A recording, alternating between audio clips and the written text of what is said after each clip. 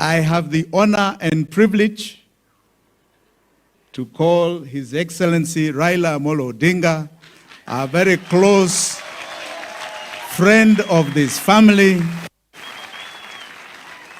And you know he is, you know who he is, correct? Please face them. Please face them, my brother. I want them to see you. Huyu ndio yeye mwenyewe.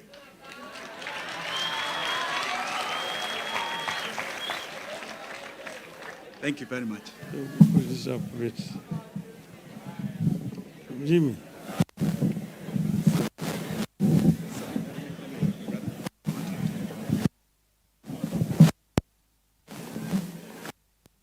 Yeah. Yeah.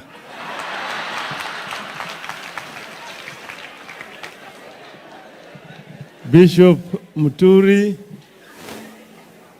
my friend, retired Bishop Peter Njenga, who was also a comrade in arms, Mama Maria and the children, wananchi wote hamjambo. We have come to say goodbye to a very great Kenyan, a true Kenyan patriot, Maina Wanjigi. If you read the life of Maina Wanjigi, the life of dedication, life of struggle, and life of exemplary service to the people of this country. There's a number of things that I actually discovered I share in common with Maina Wanjigi. One is that he had wanted to become a doctor. But when he went there and then he saw the cadavers, the dead bodies, he gave up. I also happened to have suffered the same fate. I was supposed to be a medical doctor. But when we were taken into the place where they were actually dissecting dead bodies, I got scared. And I changed and I became an engineer. But you see, Maina Wanjigi came from humble background and was so committed and dedicated. Studied so well, went to some of the best schools, and graduated very well. But Mama Maria has also told us here, after they got married, he became a very faithful servant and never slapped him even once. I'm sure you can also ask Mama Aida. She will tell you that I've never slapped her. And he came here at the dawn of independence. And that is the time when this country was looking for intellectuals to take over from the colonialists who were leaving the country. So he's one of the pioneer civil servants at that time. And that was the time when, as you know, the colonial system had actually discriminated against the people of our country. So Africans were on the periphery of the economy of this country. Then they came up with this paper, session of paper number 10. And it was actually meant at bringing Africans from the periphery to the center of the economy. That's how ICDC was formed.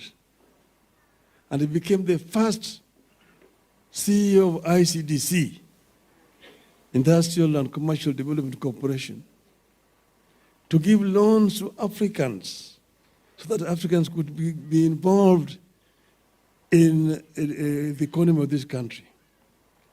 Then they formed the KNTC as well. He established ICDC in a very strong footing. Later on, Matu Amai took over from him when they moved on. But then he went on to serve in other capacities and then became a member of parliament for Kamkunji was the death of Tom Mboya. I came to know him in the early 70s at that time, when he was now a member of parliament, and I was myself working in town. The time of the death of J.M. Kariuki, when Wanjigi was one of the people who stood very, very firm that the truth of the death of Kariuki need to be told and be known. He worked very well in Kamkunji. His records are known. And even in parliament. As a Minister of Agriculture, he was exemplary. I remember meeting him several times as a Minister of Agriculture, doing those ASK shows. He was always there, and you could see him sometimes walking around with the president. Those days, when they were working first as civil servants, they had inherited a very clean civil servant. But the civil service got corrupted when they introduced what they called the Njenga Commission report, which allowed the civil servants to get involved in businesses, competing with the private sector. That is actually the genesis of corruption in our civil service.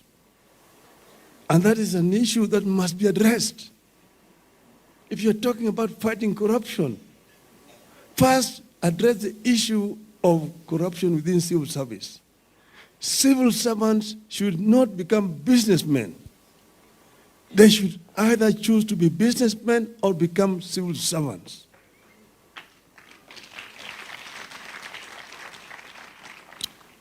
So, but now I'm digress. Last time I was here in Nyeri with elders here, Mr. Governor, I talked about history. And he told me, you don't want to hear history.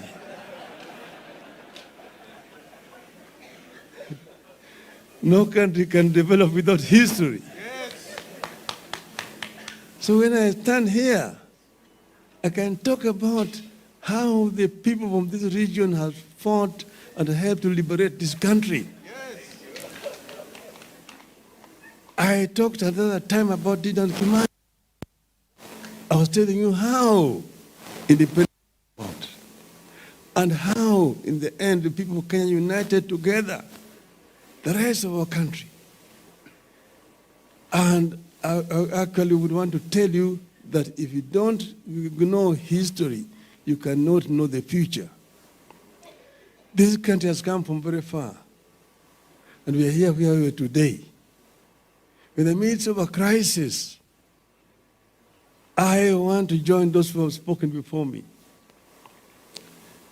We used to be in the trenches. Reverend Peter Njenga here called him a comrade in arms. We used to go to him at the All Saints Cathedral. But one time, his leg was swollen. And we got him from the All Saints Cathedral, walking with him all the way to Kamkunji.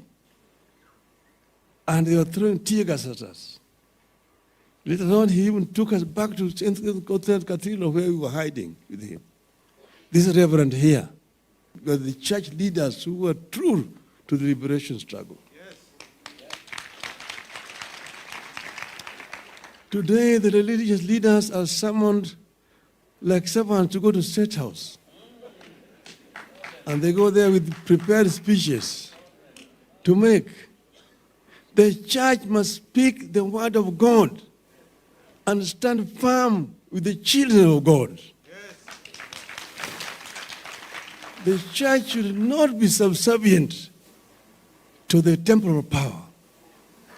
The church should sympathize and stand on the side of the people of this country and speak truth to power. If things go wrong, take truth to power. When children of this country come out in their large numbers to say something is wrong the church itself should stand with these children. The Gen Z,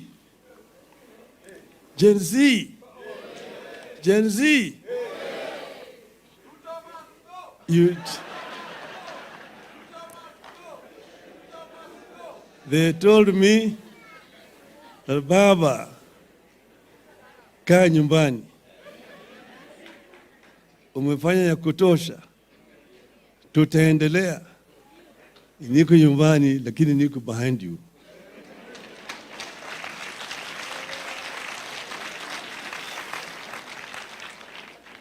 What this country now requires is a serious dialogue,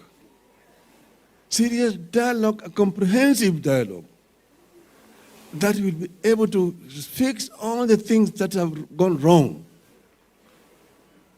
deal with the issues of unemployment of our youth, the issues of corruption, the issues of ethnicity and tribalism and nepotism,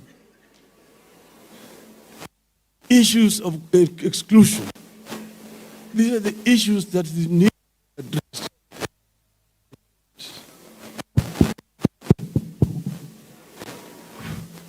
Hello? Hello? Hello? So these are the issues that we need to get things right. Police should not use brutality against unarmed, innocent people who are demonstrating for their rights. I've seen Gen Zs getting tear gassed. Kula tear gas. Hata sisi tumekula tear gas. Endeleeni kukula tear gas. Tell them to add more tear gas. Tell them you will not surrender. Hata wakileta nini, nyinyi mtasimama. Hata wakifanya nini, tutafanya imara.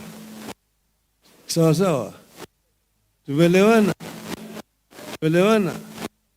Raila fanya yake. Ametembea kama shujaa. We're happy that the young shujaas are coming up to liberate this country. May the Lord rest his soul in eternal peace. Makofi, makofi, makofi tafadhali. Huyo ndio shujaa wa the second liberation.